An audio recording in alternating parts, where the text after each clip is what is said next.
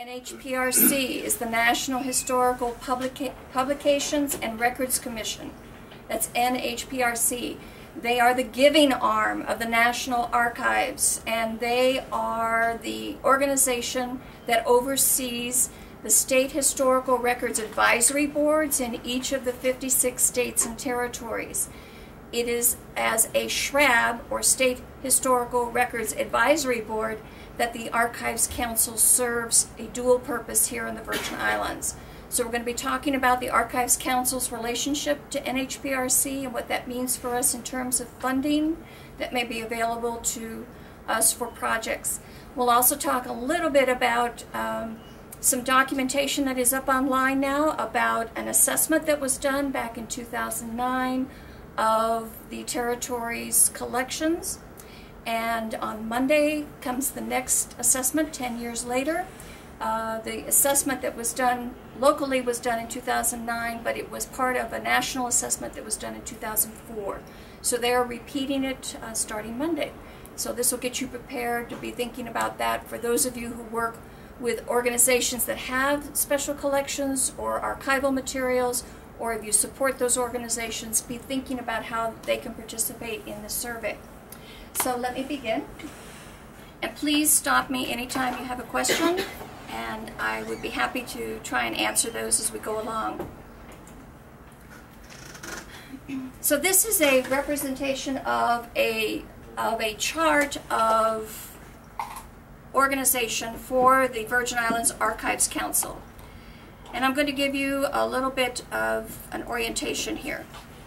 The governor appoints several commissioners for his 24-26 cabinet positions, and one of those is the commissioner for the Department of Planning and Natural Resources. Under the Department of Natural Resources, one of the positions that is, the professional positions that's filled, is the territorial librarian of the Division of Libraries, Archives, and Museums. That person is Ingrid Bao. She's based on St. Croix, and she serves as our territorial director of the division, but she also holds the statutory title of territorial librarian, and you'll see in a moment why that's important. As territorial archivist, I report to Director Bao within the division and in the Department of Planning and Natural Resources. Can you all see that okay? Mm-hmm. Okay.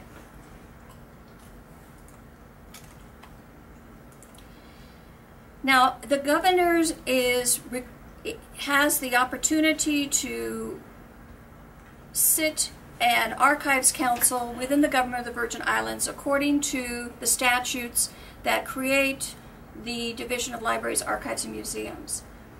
And within that statute is the Archives Council purpose, as well as, I'm trying to get this so you can get to see all of it, purpose as well as who shall be on that council.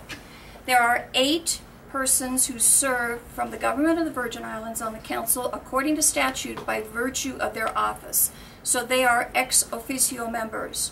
One of them is the territorial librarian about which I just spoke, and so by virtue of her title as territorial librarian, Director Bao is a member of that council. Also, the Attorney General, the Commissioner of the Department of Education, the Commissioner of Finance, the Director of the Office of Management and Budget, the Lieutenant Governor, the President of the University of the Virgin Islands, and the Presiding Judge of the Superior Court. Those 8 persons are 8 of the 12 statutorily defined members of the Archives Council. Now, the other 4 are the resident appointees that are referred to on the left side of your screen. Those resident appointees, by statute, must be 2 from St. Croix and 2 from the District of St. Thomas, St. John. The governor has the option of appointing these citizen residents and designating them as members of the Archives Council. They serve for a 4-year term. So unlike the ex officio members, for example, if Angel Dawson was no longer Commissioner of Finance tomorrow, the next Commissioner of Finance would be on the council. So there is no term or length of service for the 8 ex officio members. But for the resident appointees, they serve for 4-year terms. Now, in June of this year, we reestablished the council for the first time in 25 years. It had been inactive, and so the statute provides that when you establish these resident appointees for the first time, that 2 of them shall be for 2-year terms and the other 2 shall be for 4, and that way they aren't cycling all off the board at the same time. So 1 member of the District of St. Thomas and St. John was given a 2-year term, and 1 was given a 4-year term. And likewise for St. Croix. Who are they? Pardon me? Who are I'm they? going to tell you. I'm building the anticipation. That's the next slide. I know you can't wait, huh? Fell right into the trap. That's great. So now let me explain what I have to do with that council. As a territorial archivist, you've seen that I report to the director of the Division of Libraries, Archives, and Museums. The statute, surprisingly, says nothing about the territorial archivist being a part of the Archives Council. You would think, but it doesn't. So one of the things, one of the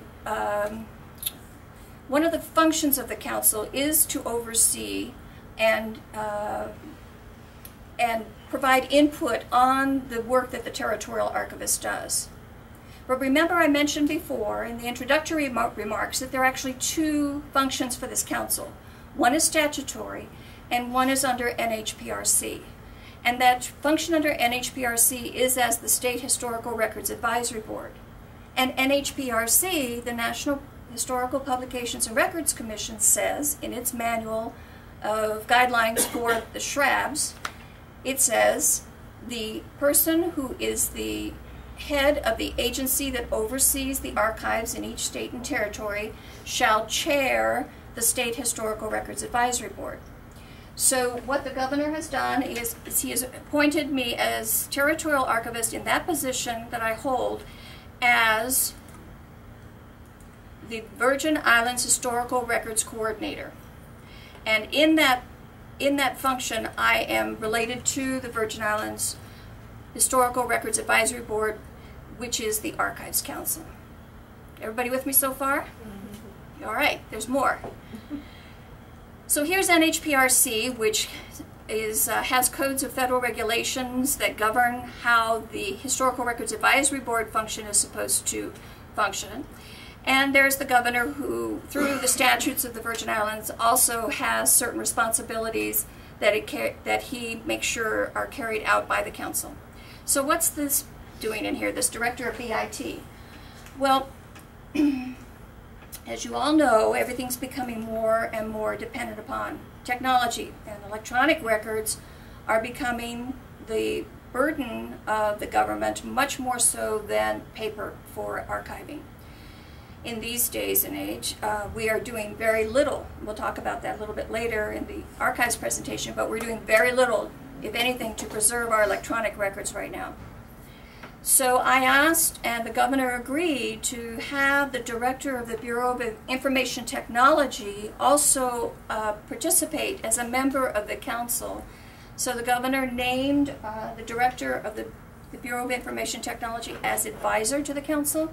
So he's a full participating member, and because we need his input as much as he needs to hear what we're doing for the archives for the territory. Any questions on the chart or how that works? And now, here are the members. So the governor also gave each head of an agency or department that is a member ex officio of the council the option of designating someone to attend for him or her if that was appropriate, but he had to approve that. So Ms. Raquel Berry Benjamin, can you all read that, or do you need me to make it larger? No, we can read it. Okay, okay. Raquel Berry Benjamin is the Director of Cultural Education for the Department of Education throughout the U.S. Virgin Islands. So I was very pleased that, not that I didn't want the commissioner herself to attend the meetings, but I was very pleased that if she was going to designate someone, she designated someone who had a tie to cultural education like that. Soren Black is one of our 2 representatives from St. Thomas, St. John as a citizen resident. He is also the consul for Denmark here. Ingrid Bao, I mentioned, as territorial librarian. Andromeda Childs is the other citizen resident from, representative from St. Thomas, St. John. But unfortunately, Mrs. Childs has had a personal obligation come up in the last couple of months that's going to prevent her from serving. So she just recently contacted me about resigning, and I'm in the process of working with the governor to get another nominee, hopefully from St. John, so we can have some representation there. Angel Dodson is the Department of Finance Commissioner, of course. Michael Dunstan is the presiding judge of the Superior Court. And actually the judges have attended all of the, well, we've had 5 meetings so far, and he's attended the first 3. And he sent his law clerk and law librarian Richard Buckley to the last 2 because he was either off island or tied up in court. So I think he's actually going to continue to depend on Richard, but he wants to make himself available to us as we need him, which is great because often there are legal questions that we need to answer. And then, speaking of legal questions, Vincent Frazier, as our Attorney General, is a member, ex officio. Chris George. Chris George is in charge of the GIS, that's the Geospatial Information System project out of the Lieutenant Governor's office, and the street naming project as well. And the Lieutenant Governor appointed him as his designee to attend our meetings. Deborah Gottlieb is the Director for Office of Management and Budget. President David Hall is at the University of the Virgin Islands. This last meeting he was unable to attend because he had a cabinet meeting himself that conflicted, and Judith Rogers, the Director of Libraries and Information Technology for UVI, attended that meeting. Dr. Hendricks, Olaf Hendricks, is one of our St. Croix, citizen residents. I am there, and what are those initials after my name? State Historical Records Coordinator, or SHROC. Okay, I get to be the SHROC. Ruben Malloy is the Director of BIT, and George Tyson is our other St. Croix citizen resident member. Okay, that's our 14-member council. So I wanted to give you some background about how we got to this point, and I'm going to take you right to the fulcrum. It's like being on a seesaw or teeter-totter. Right at the center is where it all changed. Before 1989, after 1989. And this is one of the letters that did it. And it's a letter from Governor Farrelly in 1989.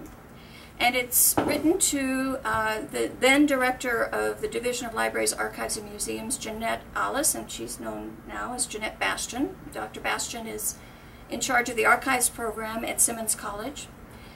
And he says, "Dear Mrs. Alice, the government intends to actively participate in the National Historical Records Program as administered by the National Historical Publications and Records Commission, or NHPRC.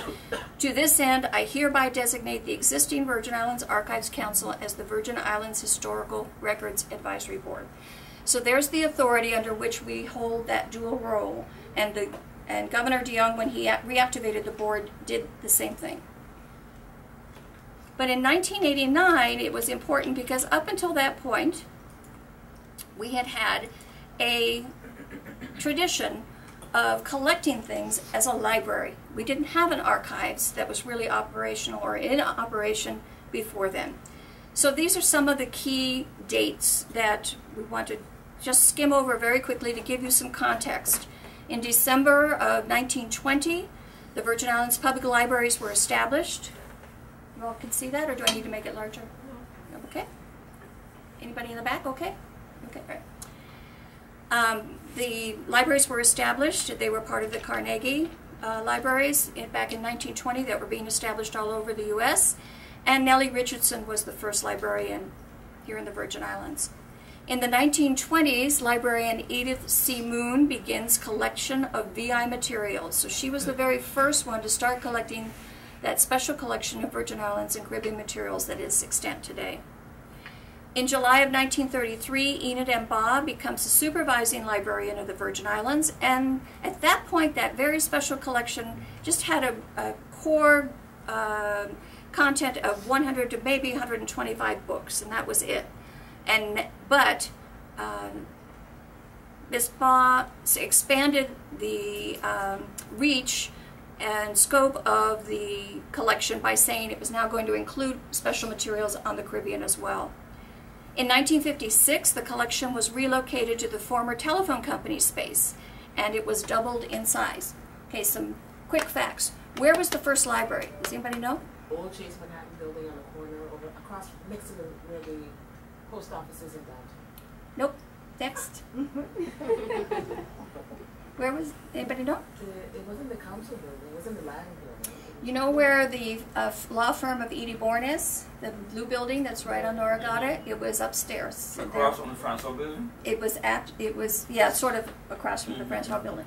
And it was upstairs in their home, and that's where the first inaugural meeting of the library was held. Now, when the books went in, it may have gone over to the second location that you mentioned, but that's actually the first. When in 1956 it was moved to the former telephone company space, where's that? Where's the, anyone know? Across the street from the Francois building? The former telephone company space? The cable. No, it was upstairs at Chase.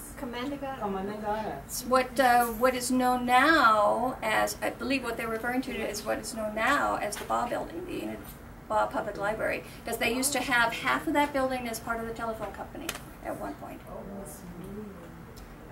Somebody check us on this. No, I was just guessing. I don't know. Yeah. My grandmother tells me that Miss Moon was where Chase used to be, which is on the So during her time, which would have been 1920s. Okay. Across from where Cardo's is. Okay. Miss Moon was upstairs there. Okay. Okay.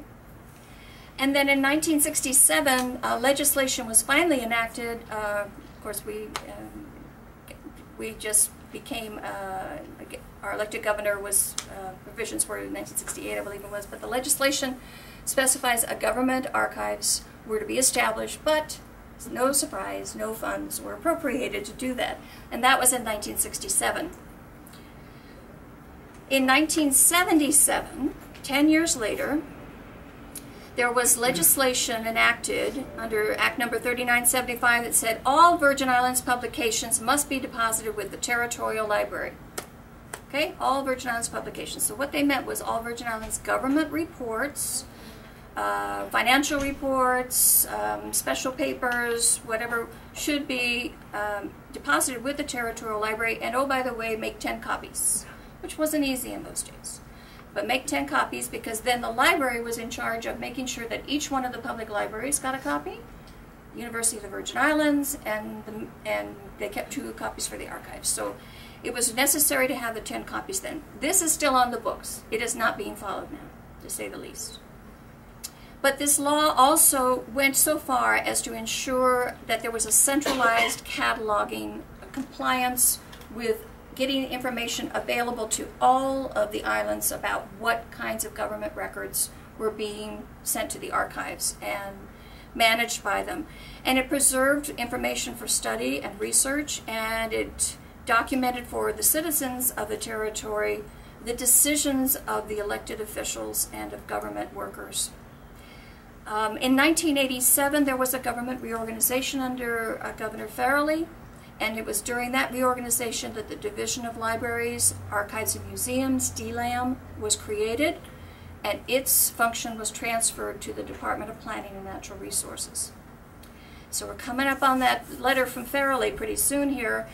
In June of 1989, let's take a look at the collection. The collection that was started back in the 20s by Miss Moon is now over 30,000 rare books, maps, newspapers, periodicals, manuscripts, photographs, you name it, microfilm and government documents.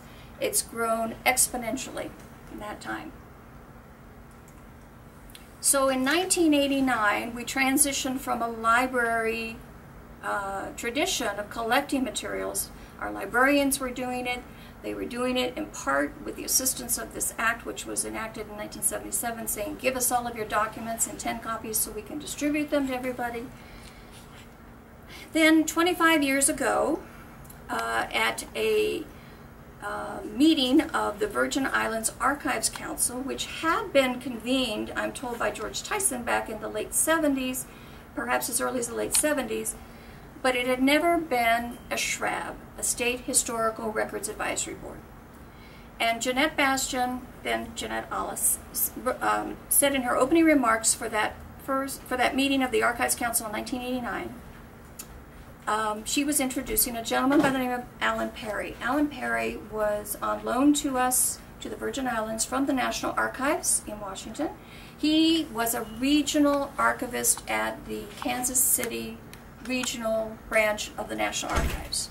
And he was loaned to us for 3 years to help get our archives program up and running. And in introducing him to the group, Jeanette said, "Until last summer when Dr. Perry arrived, and in the absence of a formal archives program, the collection acted as the custodian for the many government records which its staff over the years was able to salvage from any place we could find them. So now, with Dr. Perry's advent, we happily turn over the dirty work to him, as well as the jurisdiction for those government records which will constitute the archives." Did any of this go to Miss Opportunity? I am not going to be discussing this opportunity, but I'm still waiting for an eyewitness account. Everybody thinks that this happened, but I don't know that anybody actually saw it sink. Does everyone know what Miss Opportunity is?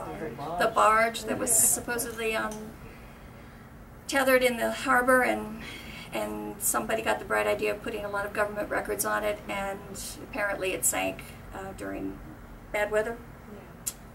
That's what I hear. And I think that was well before '89, but I'm not sure. So now we're going into a different model of collections. We're no longer being a librarian who's dutifully collecting this information. Now we're going to be at archives. And that's the ARM model that we're talking about here on this slide, Archives and Records Management. That's becoming the key for us, and remains the key for us now, in making sure that we preserve our history. So in July of 1989, Dr. Perry joined the Virgin Islands team and actually began to work with us to get our archive started. In August of 1989, the Archives Council organizational meeting was held as a SHRAB, and it acts as the Historical Records Advisory Board under NHPRC, and Jeanette was designated as the SHROC. In February 13th, 1990, Governor Farrelly wrote to the agency heads. And this is interesting because if you look at the statute, you will see, I'm going to have to move this around a little bit. If you look at the statute, you're going to see that it doesn't say you, Commissioner of Finance, shall send your records of enduring value to the archives. It says you may. It doesn't say you shall. Governor Farrelly wrote to the department and agency heads in February and said, "You are requested to transfer to the Office of Libraries and Archives such documents which describe and support the objectives of your respective departments.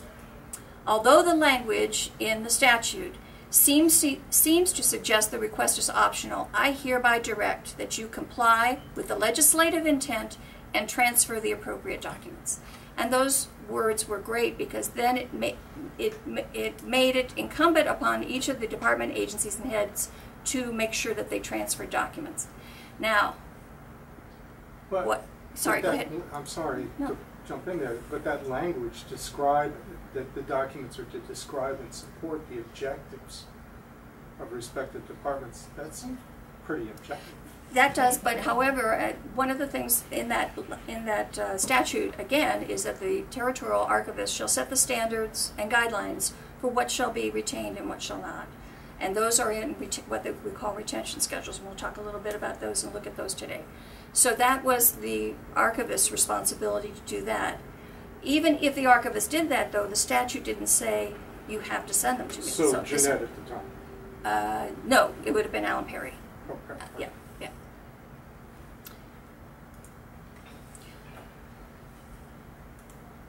Sorry, there we go. In 1991, there was therefore, by 1991, the second and a half year that Alan Perry was here, he had launched a fledgling records management program within the agencies of the government of the Virgin Islands.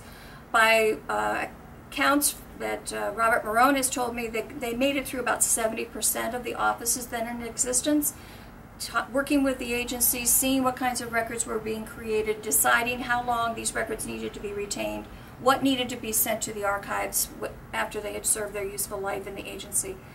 and so on. And that was our first records management program in the territory. In 1992, there was a report issued by Nicholas Burkle, who was at that time I believe a university professor at the time. He went on to be the president of the Society of American Archivists, and he wrote a report assessing the state of the territory's special collections and archives and suggesting what might be done in order to better organize the information and to preserve it. That was coupled with a report from the Historical Records Advisory Board group, and that remained the only assessment report that we had done until I came aboard in 2008, and we did another assessment in 2009. Richard Kyle was an archivist after Alan Perry left. Richard Kyle came on for 1 year and left after that, and that was the last archivist we had for almost 15 years. I was appointed as territorial coordinator for archives in 2008. I think it was unfortunate that that happened because there is no statutory authority assigned to the title Territorial Coordinator for Archives. But when the governor appointed me, that's what title I was given. And as a result, I had a hard time getting my foot in the door to places because I wasn't the territorial archivist specified under statute as someone who could go in and lay down guidelines and rules that would be enforced by statute. But that's what I was in 2008, and the Archives and Records Center at that time was supposed to be at the Turnbull Regional Library in Tutu that was being built, and it had just been taken off of the plans because of cost overruns. So at the Tutu Park Turnbull Regional Library to this day, on the first ground floor, you enter on the second floor, and then there's a third floor mezzanine, but on the ground floor are 4 incredible preservation labs for archival work that remain there and were not taken out of the plans. But it makes no sense to have them there when you're going to have your archives somewhere else because you don't move records around like that. But we're going to make it work, and I'll show you some pictures of that later. Do you have the equipment needed for restoration? We have our camera equipment, but it needs the principal camera that we have. It needs about a $25,000 software upgrade. Some of our other equipment also needs some technological backup. We don't have servers still at the library. We're still waiting for a lot of the equipment that we should have gotten when we moved in there in 2012. But the big thing is not only equipment, but people to run it. And right now, I'm still the only person in the archives for the entire territory.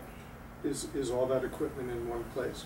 No. Most of it is at the new library, but some of it still has to be moved over because it is so sensitive and so heavy that the manufacturer actually has to come and do it for us. And we have not been able to, that's the one who was the $25,000 upgrade, so we haven't been able to find those funds to get it moved. So that's still on the 3rd floor at BA. And that's digitization? That's microfilm digitization, right? Yeah, so that's where we could be taking all the microfilms that we already have before if we had the use them. personnel, if we had the personnel, And yep. be digitizing them and flow copy. Yeah. Very frustrating. In 2009 and 10, we did the statewide planning grant and explored those topics along with the Virgin Islands Heritage Health Index. This is the Health Index survey that I mentioned at the beginning of the talk that is going to be done in 2014, nationwide again. We did not, the Virgin Islands did not participate in the 2004 study, so when the report came out in 2005, we were not included. It was one of the first things I got a grant for when I came on as territorial coordinator for archives so that we would have that data as a baseline going forward. It also helps us to write for grants as well to show how we compare with others. In 2010, the collections and records were moved from the I Levine building. Now most of you know where that is downtown. Upstairs we had, the division had some administrative offices and it also had collection overflow up there. And a decision was made on 30 days notice for us to vacate that space.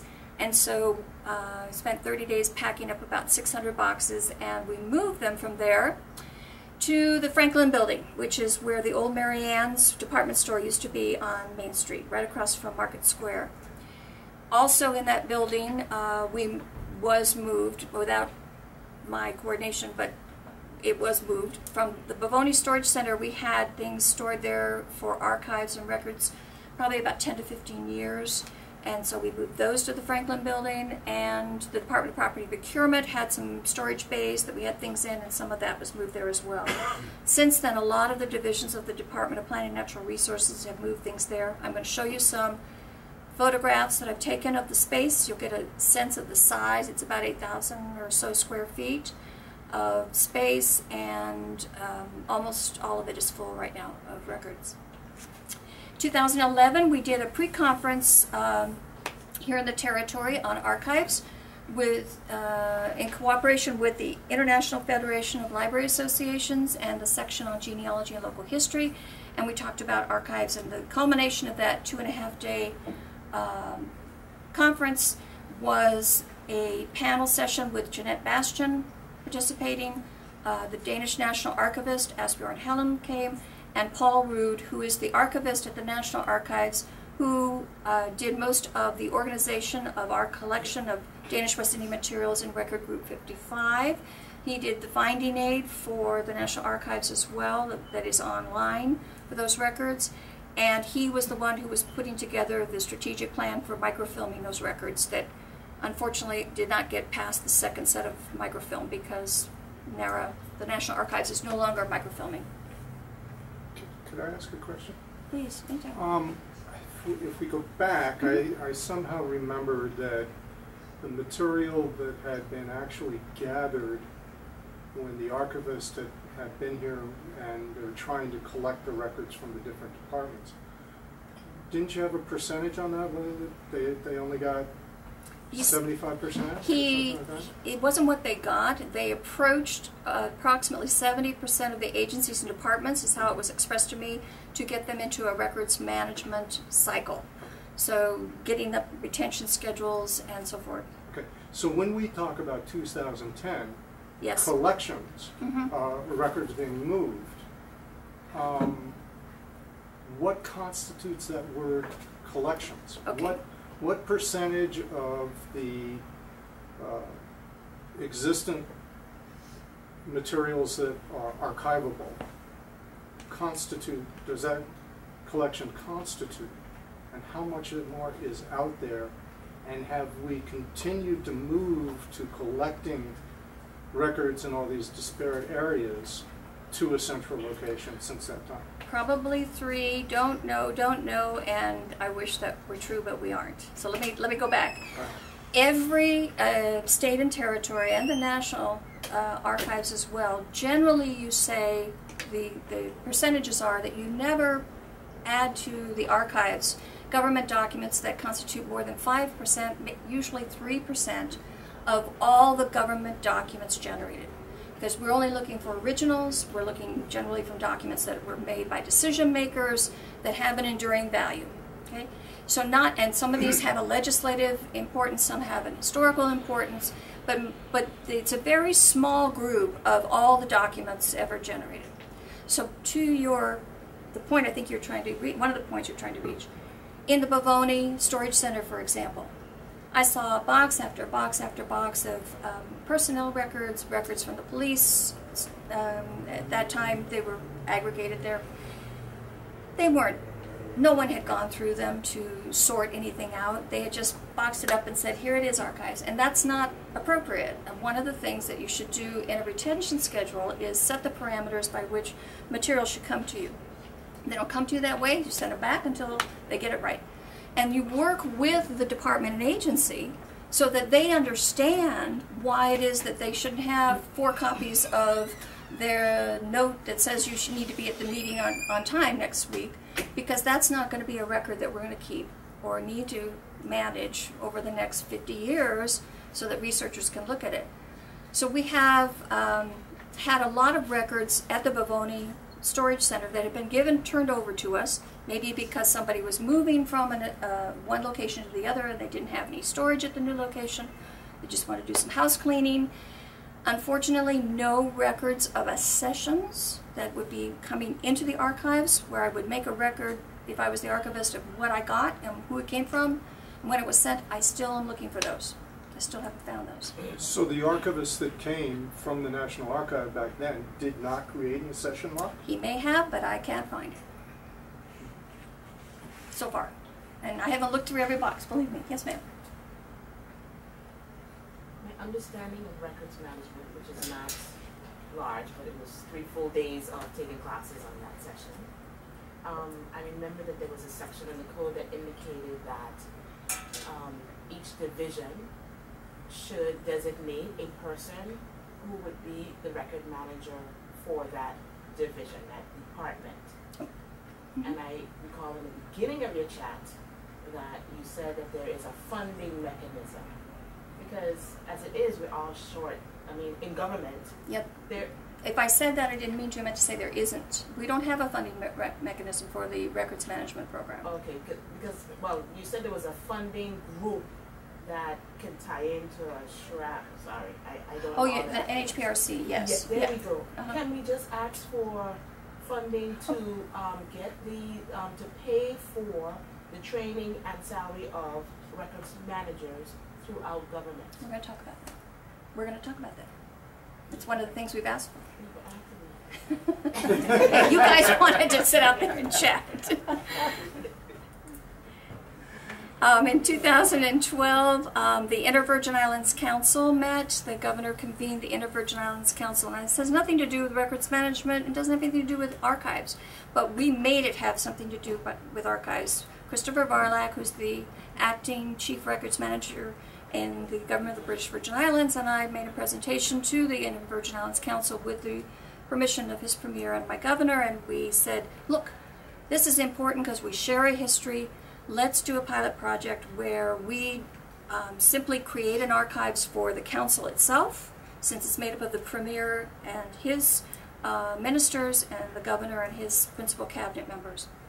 And let's do an archive, let's microfilm it, let's digitize from microfilm, let's get it up on the web, and that will be our pilot project to show not only that we can maximize our joint resources to get this done, but then we can do other projects going forward with our friends and neighbors in the British Virgin Islands.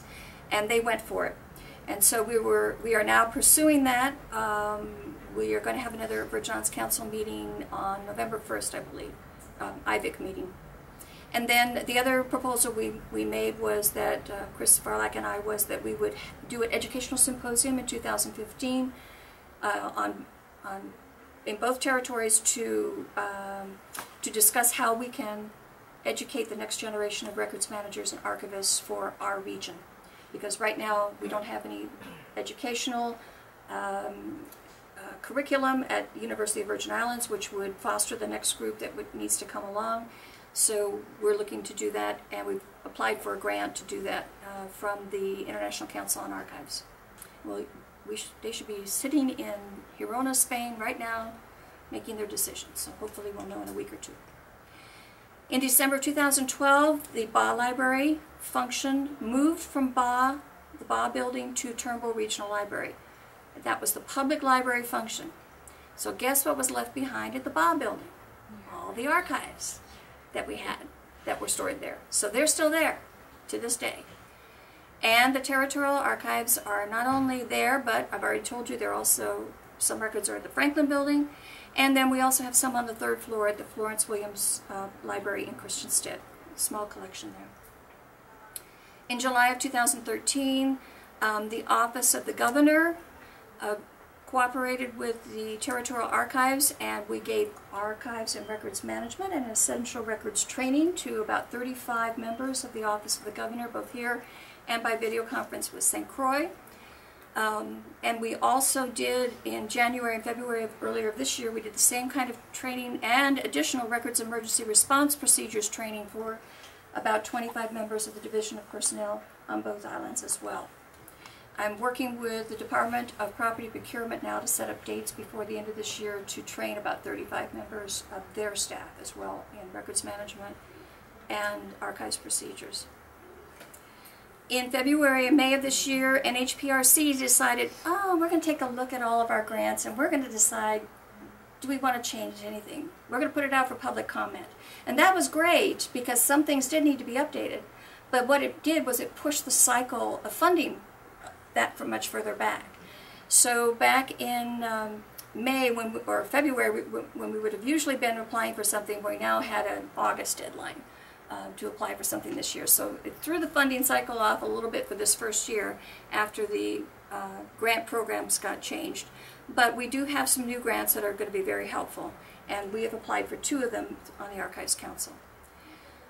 Then in May of 2014, the governor activated the council and designated the council as the SHRAB.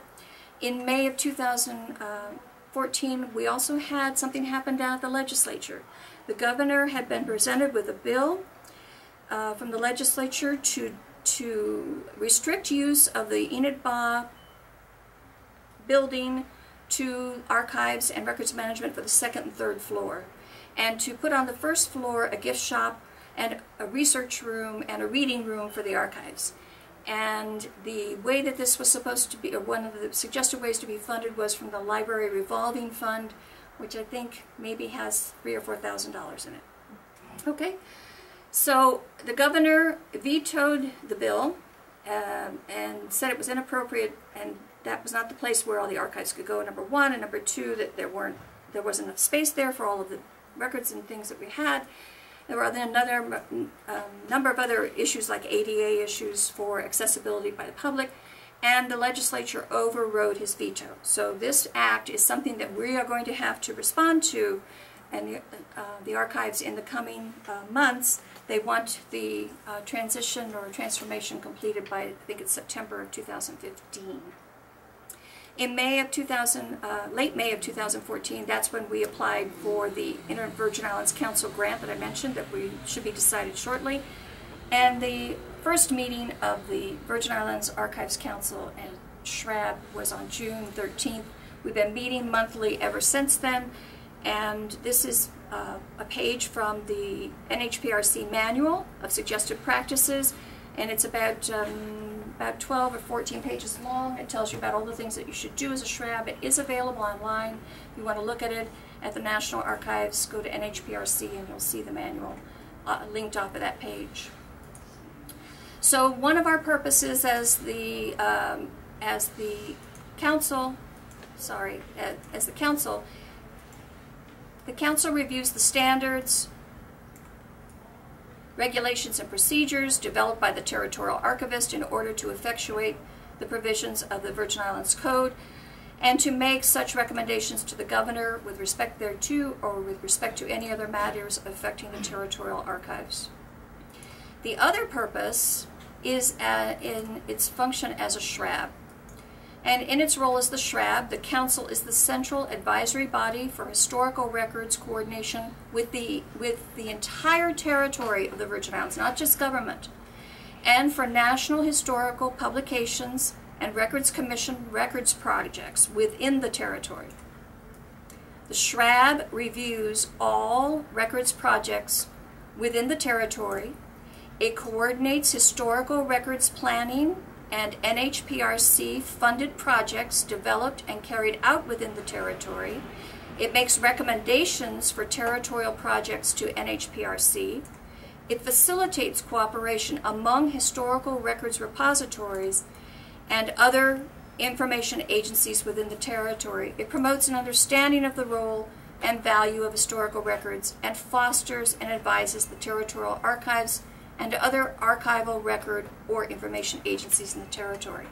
So in its dual function, this Archives Council is a way for Caribbean Genealogy Library, the St. John Historical Society, the WIM Library in St. Croix and St. Croix Landmark Society, the Genealogical Group in St. Croix, the Genealogical Group here, all of us to work together through the Virgin Islands Archives Council and to make known to these groups what kind of funding opportunities are available through NHPRC. Okay. Now, do they fully fund our ability to carry out all this stuff? Some of these projects will, and I'm going to give you 2 examples real quickly here. Just, you may want to make a note about when the meetings are. Our next meeting is October 30th, and after that, for this year, our last meeting will be November 20th, and we have several firm meeting dates scheduled for 2015, a couple of tentatives because I'm not sure whether we're going to have projects going on then or not. But you can see the frequency with which we're meeting. So the NHPRC and the Shrabs, basically they got started in 1934. They awarded their first grant, in 1964, and they created the NHPRC in 1974 with the added responsibility of preserving historical records. Prior to that, it had been just about publications. In 2014, that was when we were reactivated. The SHRAB, you already saw, was the Central Advisory Board for Records Coordination within a state, and you saw what its primary responsibilities are, but more specifically, we need to develop and revise and submit to the Commission a strategic plan from the Council, including the priorities for state historical records projects. We also need to review all grant proposals made to NHPRC for records projects, and we make recommendations on these proposals. What happened last month, and you'll see in the next couple of slides, we applied for a grant from the Territorial Archives, and as a result, I had to step out, and Director Bao had to step out of the meeting because we were employed by the Department of Planning and Natural Resources, which had made the application for the grant. So we could not participate on this peer review and evaluation. And so I deputized Director of OMB, Deborah Gottlieb, to run the meeting, and they went at it, and I was really proud that they did it. This is the first time they had to do it, all within the first 4 or 5 meetings of our group. And then the SHRABs can also develop and implement programs to address priorities. So we could do a statewide survey, we could do public awareness efforts, we could do education and training opportunities, we could even ask for money and then re-grant it out to smaller organizations within the territory for special projects. Amory would come to us and say, I want to do a project about the French citizens here in 1825, and oh, by the way, I need to go to France. We probably wouldn't fund that. But we might give it some consideration if he needed to have some funding for travel between here and St. Croix to do some of the research and that sort of thing. So there is re-granting possibilities. At what level? How much? It all depends on what you qualify for in terms of, we as the SHRAB have to make application to NHPRC for re-granting funds. You can get up to, for example, we have state board programming grants, which is on the screen now, and those will support the administrative functions of the board, and I'll show you what we have applied for. And then it has 3 other program emphases: to increase the digital literacy and citizen engagement with the archives, and some examples are here now: National History Day workshops, personal archives projects, training opportunities, Archives Month programming. Its other emphasis, number 2, is to improve the online access to state and local government records, and you can have technical assistance programs, you can have statewide summits and forums to share best practices, you can have scholarships and travel stipends so that those responsible for ensuring access can attend training events, and you can expand the digital dissemination of historical records by internships, traveling or student archivists. Some states have traveling archivists that go all around the states to help the different local societies, historical societies, and local government archivists as well. You can create online descriptive information. You can provide online access to record re-grants I'd mentioned before. And the re-grants, typically you would ask for a pot of money to do a re-grant program. Some of the states get maybe $60,000 a year to do re-grants, and then they will, from that, they will do maybe 6 or 7 grants, smaller grants, kind of like how the Humanities Council does its re-granting program, and on that order of dollar value. SHRABs themselves are also eligible to apply for grants in other program areas, such as the Access to Historical Records grant, which we did this year, the Territorial Archives did this year, and the employers of SHRAB members are eligible to apply in appropriate programs areas as well. And these are the folks at NHPRC, and sitting in the middle there, the gentleman with the his hands folded in front of him, and the dark tie, that is ours, United States Archivist David Ferriero.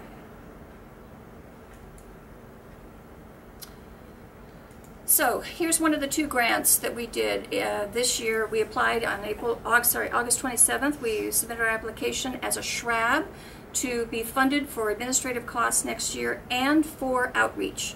And they support activities in these 3 categories for these kinds of grants.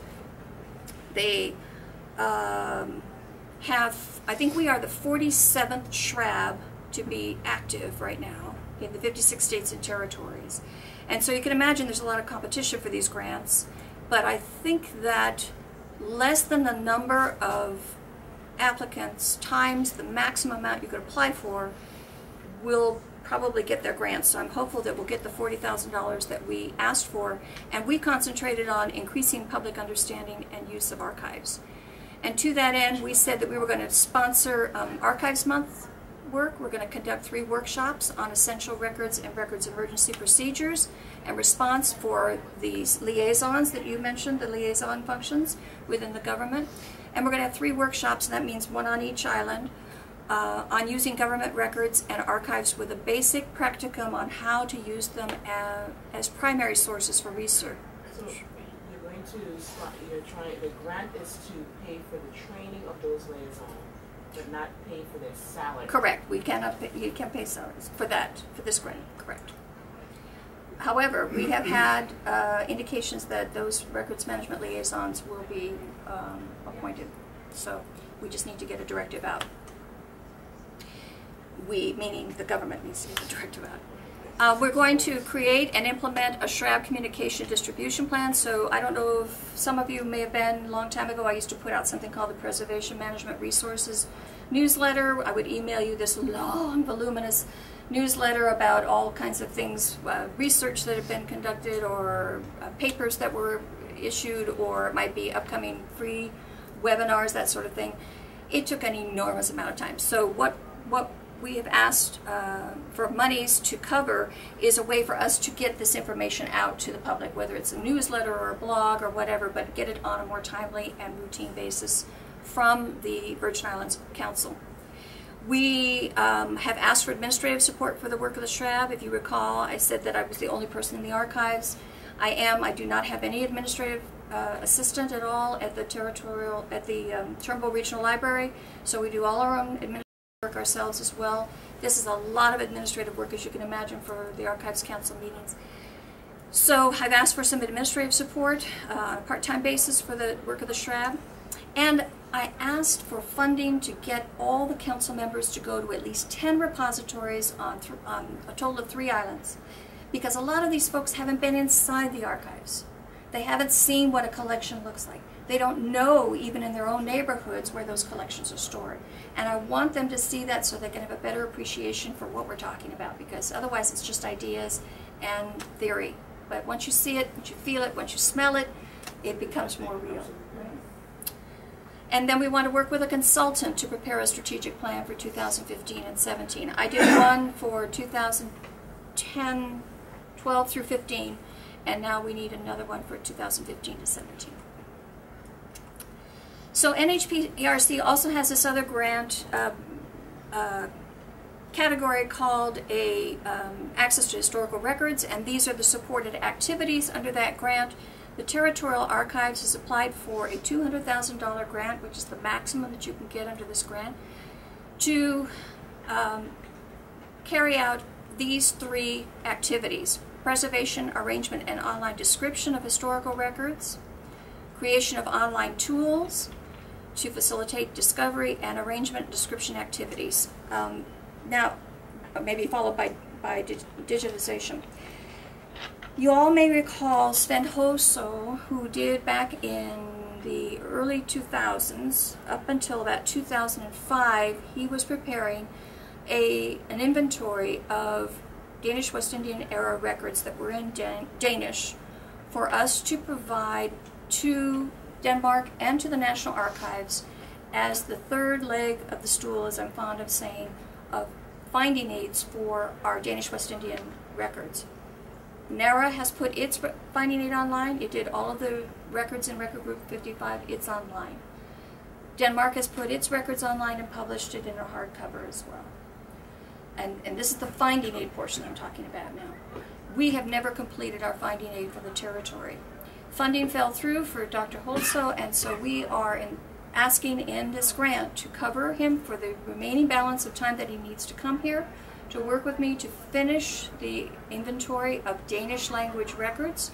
He's translating them so that we know what they are. He's not translating them line for line, but he is translating so we know what records we have. And then I will add to that the English language titled records from that same era. We will bundle them together. We will put them in a format that is an encoded format that is appropriate for finding aids that will be mounted online. And we will be giving it to the Danish National Archives to include with their online finding aid that they are going to be publishing online with the records that they are digitizing.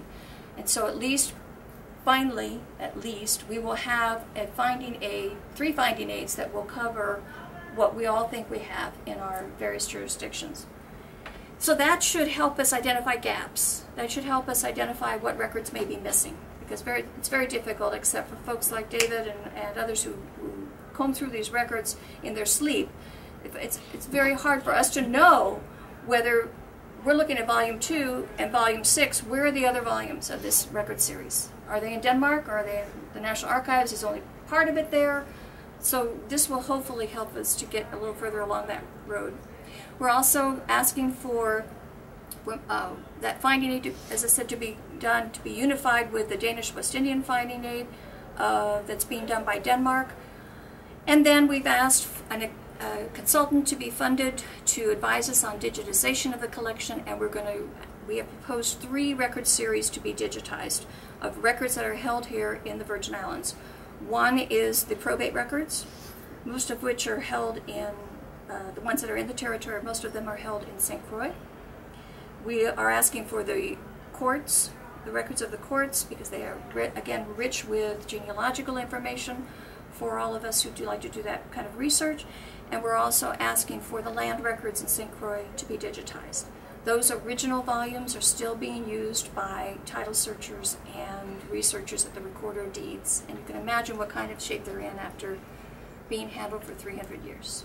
So, and that's information that's going to be lost to us. They were at one point microfilm, but the microfilm has deteriorated, and we can no longer use it because it wasn't kept in a safe and controlled environment. So the idea now is to digitize them to make them available for access. It still should be microfilmed for preservation, but I know I'm going way over. So just tell me when to stop. So we will hear about that grant in January of 2015. They will make a decision, and the first that funds would become available, the earliest would be March for us to start that project. And this is the Heritage Health Index survey that I mentioned before.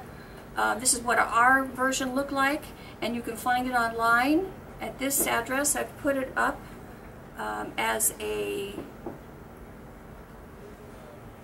there we go. Let me see if I can bring it up. Is that up? Okay, great. That's the first cover of it, but that's the URL where you can go to look at it. And if you open it up, it looks like this. And hang on just a second. It's not going to let me do it. If you open it up, you're going to be able to click on the magazine format, and it will look just like a book that you're looking through when you want to go through it. And it has a number of about 260 pages of data on the collections here in the Virgin Islands. And last but not least, I just want to mention very quickly that I mentioned before, the Danish National Archives is doing its record digitization part as well. They propose to do 5 million pages by 2016, and according to Asbjørn Hellam, who I communicated with about a week and a half ago, they're actually ahead of where they thought they would be. The images will be released to the public on our birthday, March 31st, 2017, as a gift to the people of the Virgin Islands, freely accessible on their website. And they are also going to be working on putting together a way for us to crowdsource information to translate those documents that are in Danish as well. If you haven't been on the site yet, this is a little bit about how it was funded and what they are working on for the crowdsourcing. They're interested in also working with educators about making these materials more available for primary resource research into schools. And they are working with us to determine what kind of preview releases they should have for our researcher public. So this is the website for the Danish National Archives website that was launched on June 16th of this year. And that's a lot of information. Any questions about the Archives Council or what we're doing? What about the semi-autonomous agencies like UVI or UVI is WAPA? represented. UVI is represented on the council. President Hall is a member by statute. None, So in other words, they're contributing to the archives, the territorial oh, you're archives? asking? No, they serve on the Archives Council. As far as their records, they are not bound by the statute that is set out in Chapter 2 of Title 3 of the Virgin Islands Code pertains to the executive branch. So if you're not under the management or control of the executive branch, technically you do not have to abide by those rules and regulations or guidelines that the territorial archivist sets out. Now, what should immediately spring to your mind is that leaves out the legislature, and that also leaves out the courts. And it is true that neither of them are subject to the territorial archives in our jurisdiction. It's not the case in many states, but it is here. But what is the case in many states, even where it is like here, is that the courts or the legislature will enter into an agreement with the territorial archives to do that kind of preservation management work for them as well, because they don't have the internal administration and setup to do that. So, for example, in Tennessee, I think it is, they do all the legislative recordings are archived at the state well, in their case, they have what they call a state library and archives. And all of those legislative recordings go over to the archives in Tennessee. And that's true in a couple of other states as well. New Jersey, some of the courts there will archive their information with the state archives, even though it's not required in their statute. But they then keep their own archives that should be available to the public then? It depends on what the statute says. Okay. Any other questions? Yes, sir. The records in all hospitals, the old municipal hospital in Newt Hansen. their deaths and births. Most of us are interested in that. But when you go there, it's almost impossible to get those records. Are they going to turn them over to you? Well, it's interesting that the Department of Health is in charge of vital statistics. So we have to run that course in order to get access to those records. And again, understand that a lot of people look askance with somebody coming and saying, I am now the archivist, send me your records, because they've had to protect them for so long and keep them safe from harm. And they've done a good job. Many, many cases people have been the guardians of this information and have preserved it. And we have what we have today because of them. But now that we're talking about trying to put an archives and records management system in place, we need to be able to go to Department of Health, Vital Statistics, and say, these are the records you create, let's talk about it, here's what we're proposing for retention scheduling. After so many years, this is what should come to the archives, or you should be responsible for retaining these if they have a long, useful lifetime. You should be responsible for retaining them according to these standards, according to these best practices. And right now, the archives has not done that yet. It's one of my responsibilities as the archivist to get this all promulgated out. I'm very hopeful now that we've got the Archives Council up and we've got much more visibility. I'm very hopeful that, and I don't mind having my feet kept to the fire, but it was very hard before to get any kind of purchase, if you will, to get off the ground with an archives program when nobody really cared whether you were in DPNR or not. But now that we're in a little bit elevated position as an Archives Council of the government of the Virgin Islands, and we're made up of so many different agencies and representatives, we have to be a little bit more accountable. And I like that. I like that we are more accountable. You serve at the pleasure of the governor? Yes, I do. So when he leaves, you leave?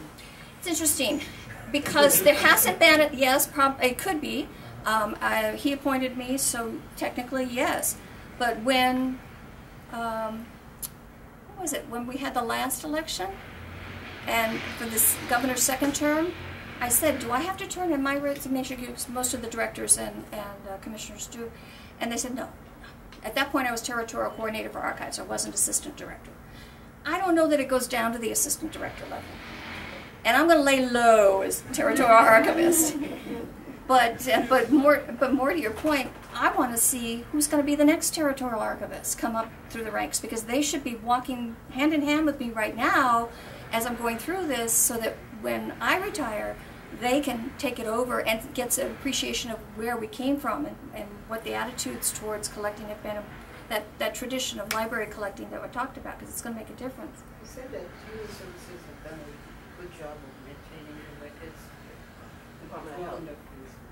Anyway, I tried to get some information on two family members who passed away in 1979. Is that a vital statistics? Yes. Now, according to vital statistics record, 1979 is like 2 weeks ago, because it seems to be going to be that far back. And they're telling me that they have no records, they can't find anything. Really? And and it's frustrating because those records should be there. Yep. Yeah. I And we don't have a Department of Health representative on the council, as you saw, but that's something we'll take a look at for sure. I know St. Croix's done a really good job, but I have to say, government records are government records. They belong to the government. But what we did in St. Croix was we took the records out of the government, we gave them to the folks at St. Croix Landmark Society and said, come in with your volunteers and copy these and then give them back to, it's really not the way you're supposed to do it. Right? And there was no custodial arrangement. But in the absence of anything else, it was a blessing, because we got the records preserved, at least on paper, and we knew that if something happened to the originals, we would have those. We haven't done that here, and I'm hoping that we can find a way to do that as soon as we get our digitization capacity back up and running. And one of the ways to do that is to do that digitization project I mentioned under the Sven Holso project. Because if we can show that we can do a definable series from beginning to end of records, and that we can do it successfully and get it up online, I think it will make it a lot easier for us, because we have to say in our grants, have you ever done this before? And I had to say, Virgin Islands hasn't done this before. And all of this planning that I'm telling you about is all subject to whatever the consultant's going to say who comes in to talk to us. Whereas next time I'll be able to say, we did have a digitization project, this is what we accomplished, and now we can take this next step forward, and we think we can do so successfully. We've got to build our case, though, and that takes time. Yes, ma'am? I mean, the Department of Health, and some of the challenges I've seen in vital statistics was that we approached them to get my aunt's birth certificate. She was approaching 100 years old. In fact, she'd be 100 that year. And they said that, well, we are about to destroy this record because there should be no birth record issued for someone who's that age, because they should have been dead by then. That was nonsense. That was the statement that was made to us. So we went back up again. They said, well, you have to bring that person, and she was not into leaving the house to request her birth certificate. She lived to 103, and we did not get her birth certificate. I didn't think that they actually had the birth certificates on a civil registration until after 1900, well into the early teens. I may be wrong about that. But that's my problem as territorial archivist. I should be looking into this right away, and I'll try and do that this next week. Just make an inquiry and see what. They may be going by something that was set up within their own department, right, and not from the territorial archives, because there hasn't been a territorial archives. I mean, you're thinking of all the Virgin Islanders that are born here but did not die here. Mm-hmm. And so, those documents, those birth records that indicate a parent or two. Yeah. even though she may have been too old to have a civil birth record, that still means it's screaming for attention. So thank you for letting me know about that. And Soda, I don't think she'd be able to get that. do you still have the name of the person you spoke with? We'll get it. I'll talk to you after. Okay. Okay. That'll give me a Smontre. Yes, sir. Yes. Good afternoon. Good afternoon. I'd just like to know the makeup of the council. Maybe I missed it earlier, but I came in late. But the Archives Council you talked about. I'd like to know who the membership. Okay. Yeah, we did have a couple slides on that. This is the organizational chart for the membership, which includes ex officio members by statute and citizen residents, and these are the names of the persons who are members. Your government. Okay. So those names will change as the positions change. So, for example, the reference to the new administration coming in. If there's a new commissioner of whatever, the OMB, then that person will be the new member of the council. I see. Yeah. But the non-governmental people will right. be... They're still there, yeah. So George Tyson is 4 years, Olaf Hendricks, Dr. Hendricks is 2 years. I mentioned that they're cycling them in for the first term. Andromeda Childs was 2 years. She just recently resigned, or is in the process of resigning. And Soren Black is 4 years. So whose responsibility will be to recommend membership to the governor for those persons who are... Well, the governor makes those recommendations. I'm communicating with him now on who he wants to replace, for example, Andromeda Childs, because she used to resign. But if you're interested, I'd make it known to him for sure. No, I just wanted to know. No, but not for yourself. But if you know if you know of someone, you need a letter of recommendation. Let me know, Ron. But if you know someone who might be interested, you think might be a good fit, I think that let me know and I'll pass it on to him as well. Second question is block grant opportunities. You utilize that option? You're talking about Economic Development Authority? Yeah, in terms of helping to wherever you need funds to develop the archive, develop the library, whatever you want to do. So no, I haven't gone through EDA at all. However, right now I am, poor governor doesn't know he's going to get ambushed soon, but and don't tell him, please. But the Technical Assistance Program from the Department of Interior is out now with their applications, and when I met with the Office of Insular Affairs, a group of us met with the Office of Insular Affairs representative last week about the capital improvement grants that we have been applying for, and I cornered him afterwards and said, look, I want to get the archives at the National Archives that are our records, I want to get those digitized in time for 2017. I want to apply for a special grant. He said, oh, we'll just go through the Technical Assistance Program. And I said, well, that's fine, but I know that that has other applications as well, and I don't want to be in competition with those guys. I want to go to the governor and say, I don't care what you have to do, but get us a special grant to get this one-time thing done for the 2017 centennial, because we got to keep up that momentum and use it to leverage everything we've got. And he gave me, well, the name of the Technical Assistance Program officer. I'm going to talk to her. I was out on Friday with my foot, but I will talk to her on Monday when I get back in the office and start exploring it, see if I can do something like that. I haven't used EDA though. If you have ideas, let me know.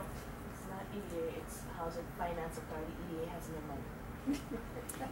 DPNR has no money, in case you didn't notice either. Housing Finance Authority does the block grants. Are you still just easy? I mean, the enterprise zone? If I still have a job? No. Is that your only area of responsibility, or is it broader? My area of responsibility includes enterprise zone and the STEP program, State Training Expert. Okay. So there's your authority, because she's in that. But if you have any ideas for how we can, they give money to a lot of nonprofit organizations. Mm-hmm. CDBG, Housing Finance Authority, separate from EDA. Yeah. Oh. Yes, I'm talking about Housing Finance Authority. Right. Okay. Because I serve on one that we get money from. Okay, another point of contact. we apply. Enterprise zone applies for block grant. Okay. So we would be in competition with. Yes. Yes, sir. No, you said that you don't have a staff? I have no staff. No staff? I have no And staff. you take volunteers? Or Right. are you allowed to? Haven't been able to so far. The collections that are at the Baugh Library, the principal collection in we have 3 bays, main bays, and archives. Sorry, I have my hand up there. Archives 3, which I have pictures of in the next presentation, which we may not be able to do, is full of mold. So I can't have people going in there. I mean, I'll subject myself to it, but I'm not going to get you all sick. The other two, there really isn't too much to be done in the other two bays right now. What I really need help with is the Franklin building, and it's as full of whatever as the others, and you'll see pictures of that as well. So I've got to be careful about using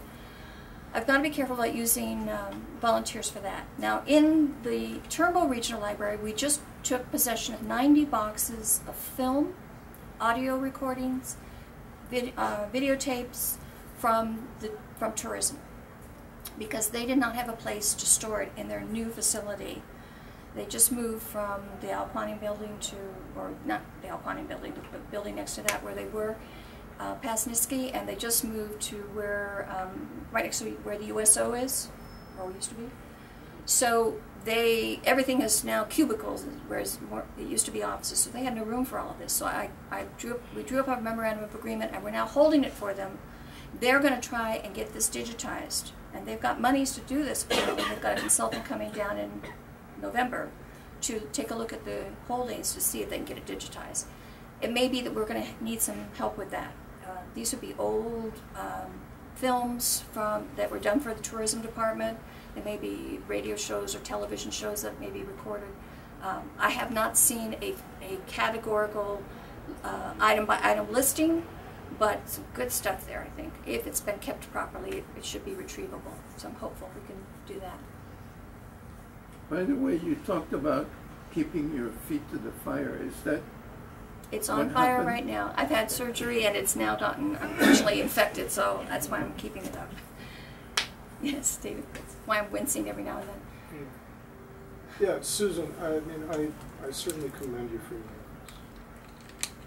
But I find this whole presentation extremely distracting. Because I'm not seeing us addressing the most important thing, and what is beyond everything else the most critical aspect. I mean, we can't sufficiently utilize the structure that you've laid out unless we have an archive. And we haven't even accomplished gathering our materials and inventorying our available materials. We have stopped digitizing, copying, and methodically collecting. Okay? We're getting behind. At one time, we had the most complete ongoing collection of microfilmed records of the newspapers anywhere existence. You know, and we've stopped doing that. We're way behind. And the amount of time it would take just to catch up is ridiculous. We still have unorganized government records that certainly a percentage of them, you know, are archivable, sitting in unmonitored, I won't even call them repositories. I mean, some of them are just sitting under desks. Some of them are sitting open in unsecured buildings, getting covered in pigeon crap and being used for feral coat, you know. I mean, we are in a critical situation. We should be considering it amongst ourselves a national emergency that we haven't taken care of our records. And all this is great, but unless you have the records and have a handle in it, none of that, I mean, I'm not going to say it isn't worth doing, but all those little grants and all the little projects you've outlined there, they're nothing without the records. Yep. Okay?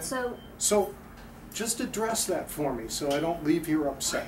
Okay? No, Are we doing anything about our records? And number two, I'm going to say something else. Okay. Because this failure is our failure on a local level, on our local government level. Okay? And I'm not so close to a lot of these institutions and the government, but from what I can see, we are suffering from an institutional marginalization of the importance of our historical record and our historic and cultural resources in these arms, okay? When I say institutional marginalization, I mean things like you being the archivist and having no staff or funding to do anything about it. I'm talking about having a historic preservation commission that is totally unfunded and has no clout whatsoever, okay? And on top of it, you've got the president of UVI sitting on your council there, and you talk about having put in applications for grants to start education, where we got these archives coming at us now from online from the Danes in 2-3 years, but we haven't started educating our own people on how to use them, how to read, how to interpret Gothic script, how to read Danish, you know? We haven't created our future librarians and archivists and you know, records management people. We should have been doing this already, and we can't wait, you know, for grants. And why is the president of our university sitting on that council, and you tell me that he hasn't put anything in place to start solving these problems? You know, our university should already have that. Why isn't it happening? Any other comments? That's right. No, I get upset. He means a lot. Now, I invite, and I want to hear what you have to say, but I invite all of you to consider what David has said and your own thoughts about this, and make it known, whatever they are, at the times that we have public hearings for DPNR and our budget call. Okay? That's when it's going to make a difference. If we don't hear from you all, we don't get funded. Ma'am.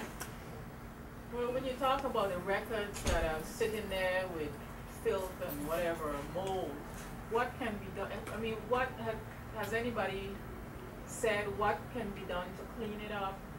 What can we do? What can we do? I mean, I know that, but I mean, let me add something. Sometimes we just need to start where we are, and there's been an incredible amount of work, at least in my small office, done in the summer times with college students coming home looking for a job being paid by the Department of Labor. Yes, you should have a professional technician do something. But it might be going through the newspapers, the current newspapers on a day-to-day basis, pull these types of articles, scan those articles, and put them someplace. It could just be a regular computer scan. It doesn't have to be digital in terms of getting it on a microfilm, but it could be digital in that it's scanned into a memory somewhere. And start that way. We are looking at records that need professionals to look at them because mold has started to grow on them. But I think we need to start now and saying, oh, we need to do something. You know, when I asked about the issue with regard to paying for salaries, you said that they're going to be named, but being named. No, I meant the liaisons are going to be named. They're going to be designated. They're not going to be. They're going to take on that responsibility. But I'm going to tell you, as a government employee, if someone designates me to do something else, I work till the middle of the night, literally. For somebody to designate and say, you're the historian for the office, you'll do it, does not mean that it will be done, because there is but so much work that an individual can do. So I think we need to look and think outside the box. Look for funds to really fund this. I can't even get a position. You need to fund the commissions. We can't even get positions for the library at this point. Okay, when the embargo came in about hiring, and many people took early retirement. We had no positions where we were able to fill. We are going to be losing our only librarian, a single employee who runs the Sproul Library in St. John. She's retiring December 31st, and we have no one to replace her. Okay? So we've got a lot of personnel management related issues that certainly impact all of this. And it's a big part of it, but it's not the only part. But you're right, it's going to take a lot of dedicated commitment to which is redundant, to funding new positions within the government of the Virgin Islands to get this done. Or think outside the box.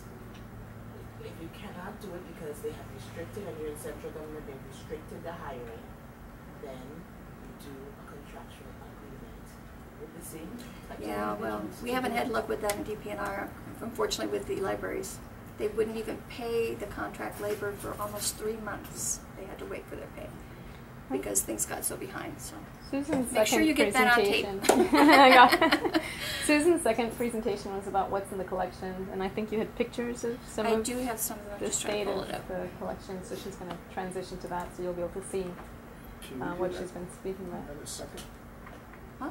presentation.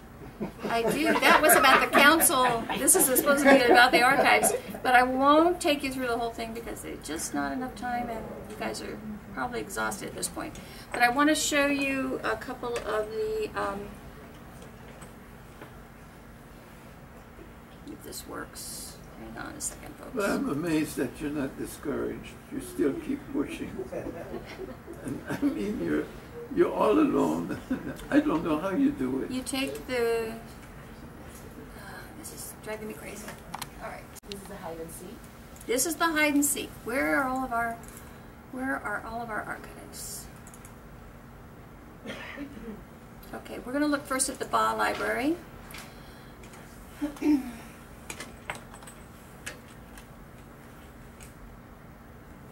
And see now it's not doing it for some reason.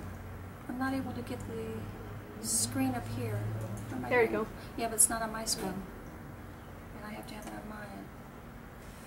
And that's driving me crazy. Hang on just a second, folks. Let me close this out. Okay, the Ba Library and Archives has 3 bays I mentioned before, and those 3 bays are full of shelving that's been in there for quite some time. When I first, some of you have seen some of these photographs before, when I first started with the archives. Excuse me, you know it's not in, right? You know it's yes, not. I do. Okay. I've got to hook it in and then see if I can get it to do what I need it to do. I'm trying to kick it a different way. But thank you. Manage, here we go. Okay. Let's see if that comes up. Yeah. No. Yeah. Yeah, that's not coming up on It's here. there. So I'm going to have to control it. Hopefully I can control it from here. Yeah, okay. So this is what this is the entrance to the Ba Library's archives from the courtyard at the Ba building. And back over here, it's hard to see in this light, but you actually have to step down into a little well to get to that door. That's where all of the vagrants like to sleep and do their crack cocaine. This is what the library's, Archives 3, I call it. These are all overflow materials from the Von Schulten collection, and then there were papers like this sitting on the shelf, unboxed, unlabeled. Is that currently in the library as we speak right now? This is still, these materials are still there, but they are now boxed. I'll show you a picture of that. So we found things like this sitting on the floor. You know what happens when things sit on the floor? They get wet because we have 3 doors leading out to Main Street in this particular facility. This is the old children's library? This is not. It's actually to the east of the old children's library. Okay? Mold and peeling paint and so forth going on in the ceiling. This area you'll get to see is like the ante-room where you come in from the courtyard. Opening it, or drawers opened with paper sticking out of them like this. Maps on the floor, in the corner, getting wet from the moisture. This is what passes as one of our electrical boxes. I have another picture of it. Boxes stacked several high with watermarks on them. This is the electrical box that I'm worried about. That's an accident waiting to happen. Has no cover to it. Sitting there next to all of these materials. Okay, now let me show you the next one. Pedrito was it? Yes, yes, Pedrito. Is there any possibility of you, say, creating digitizing unit under your jurisdiction as a borough and digitize that equipment? Not without camera equipment that needs to be upgraded and staffing, trained staff. Yeah, because long ago there was a unit that did it for the newspaper. That's right. Maroon. The photo duplication lab with Mr. Marone and Mr. Riera, and they were upstairs on the 3rd floor. On the top of the building. Right, and most, but not all of that equipment has been moved over to Turnbull Regional Library, and we have no staff now to run it. But could we put together a volunteer group go in there and try to do whatever we can to save some of those documents? For example, you know, there are boxes on the floor. All we need are some 2x4s or something, and put them on the floor and put them up on top of something. My goodness. And to your point, Ron, this is a picture. Remember Jose that came through a couple of years ago, 2010 or 11, I think, in a November storm, and I came back from a conference for the Caribbean International Council on Archives, and you can see the mud on the floor. Yeah. Okay, it got in through Main Street. One of the doors was flooded, and then the mud came in on the floor. Now this is all the boxing that I did. The only thing that's left on the floor in the aisle are empty boxes. Those are empty. So yes, a couple of them got wet, but they were empty. Susan, Yes. isn't there a way of getting the senators and the governor to do a tour of that building? The senators actually did do a tour, and we put together a brochure for them. We put together, and then we took them to the Turnbull Library and showed them that. And I think that did mobilize them. It got some conversation going. And then we went. This is our stuff that's being taken care of. We went. I mean, we, you know, Wait, I mean, see, Susan, with all due respect, you've done a wonderful job. But this is what. This is crazy. This is what's being taken care of. See the mud that came in, and and so a small percentage of what we have. But what happened, to your point, is that, in my opinion, we get into the public hearings where DPNR gets up and says, you know, we're doing such a fine job, again, not for publication here, and then we get no funding. Nobody's screaming and saying this is a travesty. Anyway, so these are some pictures from that hurricane or tropical storm Jose that flooded the archives, and you can see the water that gathered here as well. Okay. I want to show you another set of photographs. You all have that within you. The Franklin Building.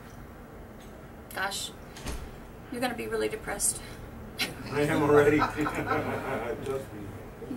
So they don't have anything in the buildings like to get that moisture out, you know, like the afternoon.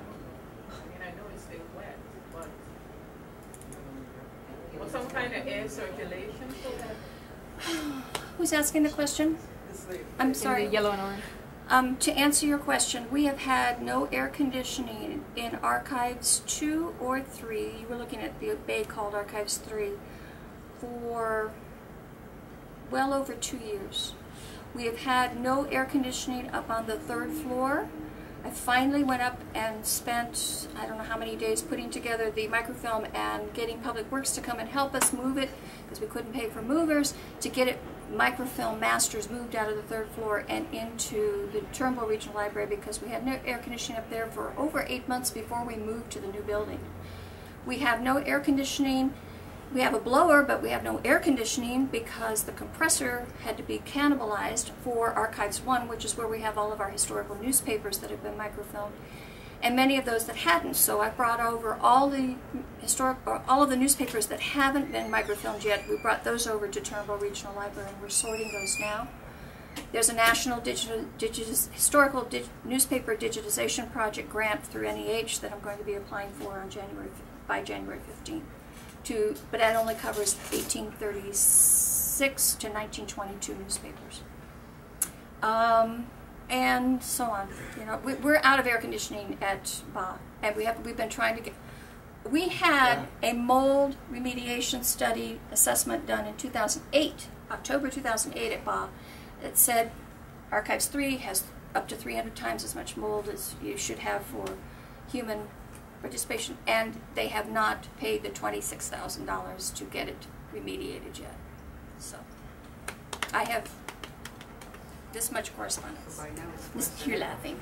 You've heard me say this before, I know. As you know, some of the church records are made available to us on the net because of the work of the Church of God of Latter-day Saints, yes, the Anglican Church, and I think we just did some of Methodists. Can we get them to help us with digitizing some of the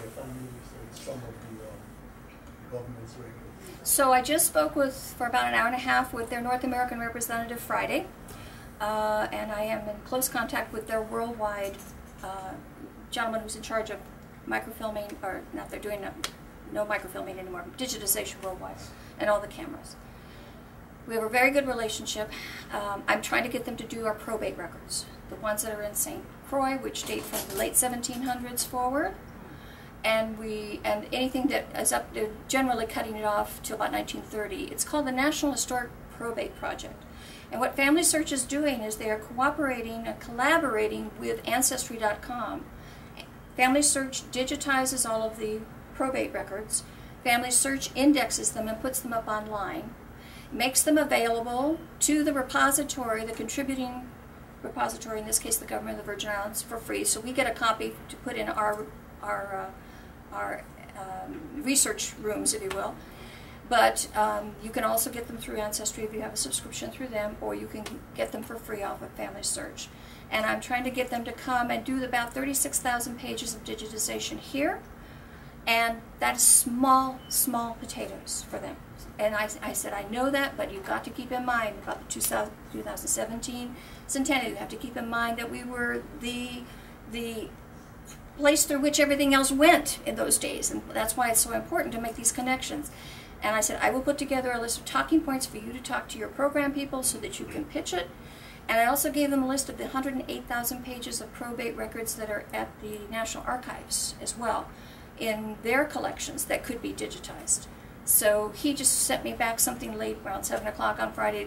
They've done just a couple of piecemeal things. In fact, I wanted to talk to David because his wife had done some of the smaller microfilming of those, maybe 100 pages at a time for maybe a project she was working on. But I don't want them to lose sight of the bigger picture of the 108,000 pages of the National Archives and here. So we have to kind of group them into projects and pitch it that way. And but Family Search is interested in working with us, but they have to prioritize it. They just got over, I think they told me 1.5 million records from Colombia. They just got another 500,000 records from, was it someplace in China, to put online. And so those kinds of projects from areas that have been sorely underrepresented in their collections in the past, because they haven't been able to get into those places in some cases, are taking priority. It's hard for me to come in and pitch a 36,000 page project, but I'm doing it. We're trying our best. I'm sorry, do you want me to go on with the pictures? Don't, I mean, I've got pictures of the Franklin Building, the Williams Library, if you want to see those. What would you like? Any questions? We plan to have your second presentation. Your second presentation was also what was in the collection. It's about the territorial archives. Do you want to plan to do it another day? If it's sure. You have some pictures of what you have in the Franklin Building? Yeah. Let me bring those up for you.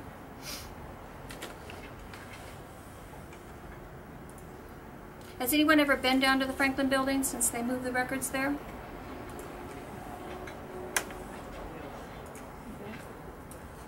I think someone asked if it's open to the public. It's not open to the public, and in fact, it's not even open to me, which is very frustrating, as you can imagine.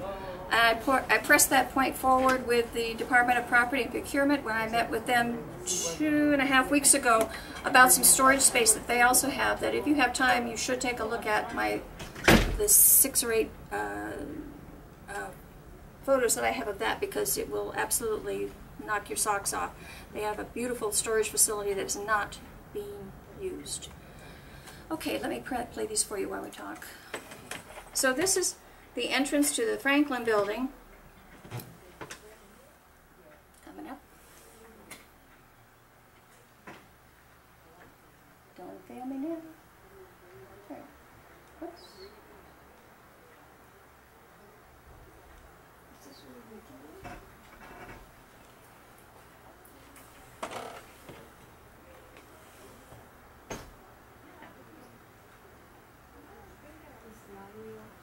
This is not the entrance to the Franklin Building. Well, the library office on the other side.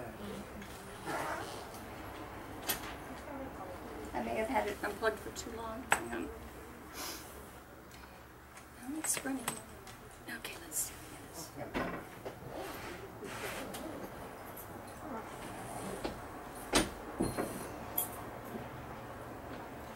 Okay, so this is the entrance to the Franklin Building from the outside. Not that long ago, this lock actually doesn't lock, and then there's a handle that doesn't have an astragal in the middle of the door, so it goes into nothing. Vandals came by and broke the windows on the bay windows that face on the main street, and then this is what the door looks like. At least it has a barred door on it, but we drove by one day and these doors had blown in, and the whole facility just left open to the breeze. This is part of what's stored at the Franklin Building. You can see the conditions.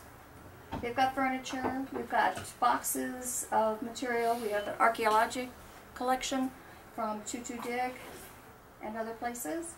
People have decided to bring in their old files from various divisions of the Department of Planning and Natural Resources for the most part. And then there are those 600 boxes that I boxed from the I Levine building are there. Materials that we brought over from the Bavoni Storage Center.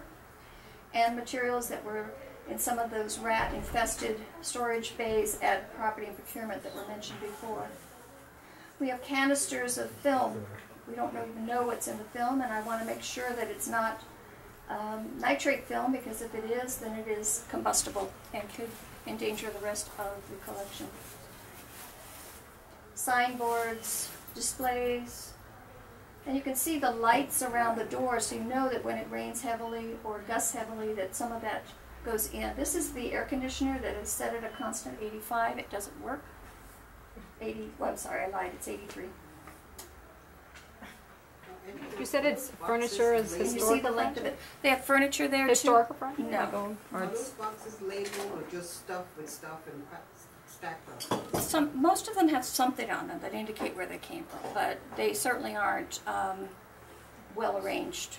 You know, And when you mentioned the archaeological dig in Tutu, do you mean the reports or do you actually have artifacts? there are actually artifacts there. We're in the process of bringing back Holly Ryder's collection from the States, and it's on its way, or it's packed up. Sorry, it's hard to see this in this light. Which collection? Holly Ryder, the archaeologist. Oh, yes, yes. We're in the process of bringing it back from the States because she had it there for additional work she was doing on it before she died. So her field notes and reports and all of her boxes are coming back to us. We're going to store those at the Turnbull Regional Library until SHPO can get a new facility. So this answers your question about some of the labeling. This is one of the archaeological collection labels. Mystery bags, I love that one. Historic and mystery bags. Ceramics. And this collection, to their credit, SHPO's done a nice job of arranging this, and they have got it tagged and numbered, and so they know what they have, but that is the exception. So this is some of the dig from Maidens Bay. This is a very bad thing to do, to put this plastic over boxes, because then they can't breathe, the air, and the paper disintegrates at an even faster rate. But then if you've got drips coming down or moisture in the area, you've got to do something to protect the records, so it's a trade-off. Yeah. So you can see that what's in the Franklin building, there's some of these films, we have no idea what many of them are. For it to come over to the Baugh Library, second, third floors, we wouldn't have room for anything else. I mean, if we had room for all of this. But the point is that most of this is probably able to be destroyed. Some of the box that they just had up there had a date, 92. It means it's an accession number. There's got to be an accession list somewhere, because that's an accession number indicating we got it in 1992. But if its useful life has been completed, then there's no reason why we have to retain those records anymore. They may just be invoices. They may be records that have a limited lifetime because they relate to a contract that expired 25 years ago. All of those things have to be set out in the retention schedule. Once they are, then we can destroy a lot of those records. But it means you have to go through each one of the boxes to do that. Make sure you're destroying the right records.